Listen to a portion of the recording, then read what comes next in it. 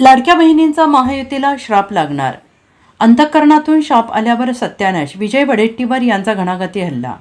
विधानसभा निवडणुकांच्या पार्श्वभूमीवर राजकीय वातावरण चांगलंच तापलेलं आहे. काँग्रेसचे ज्येष्ठ नेते आणि राज्याचे विरोधी पक्षनेते विजय वडेट्टीवार यांनी महायुती सरकारवर जोरदार हल्लाबोल केला आहे.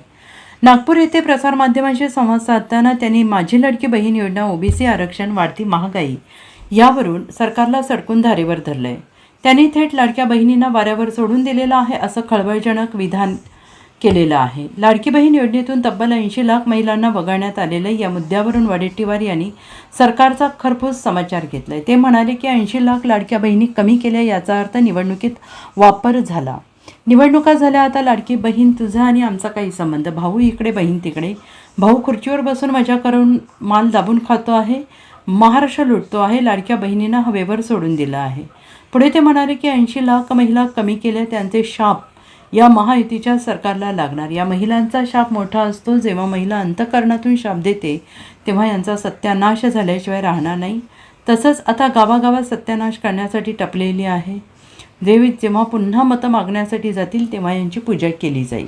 80,000 महिला 80 लाख महिला ज्या कमी केल्या यांचा अर्थ स्पष्ट आहे की निवडणुकीमध्ये वापर झाला. निवडणूक झाली, महानगरपालिका झाल्या, अर्ध्या जिल्हा परिषदा झाल्या, नगरपरिषदा झाल्या. आता लाडकी बहीण तुझा काय आमचा संबंध. बहीण तिकडे, भाऊ इकडे. भाऊ खुर्चीवर बसून मस्त मजा मारतो आहे, दाबून माल खातो आहे, महाराष्ट्र लुटतो आहे. लाडक्या बहिणीला हव्यावर सोडून दिला आहे. जा तू मर का वाच. 80 लाख महिला कमी केल्या तर त्यांचा तडतडाट, त्यांचा शाप या महायुतीच्या सरकारला लागेल. आणि असेच हे तडफडून ज्या महिलांचा श्राप फार मोठा असतो, ज्यावेळेस ती बोटं मोडून मनातून अंतःकरणातून श्राप देते ना, त्यावेळेस यांचा सत्यानाश झाल्याशिवाय राहणार नाही. अशी ती आता गावागावात सत्यानाश करायसाठी यांचा टपलेली आहे.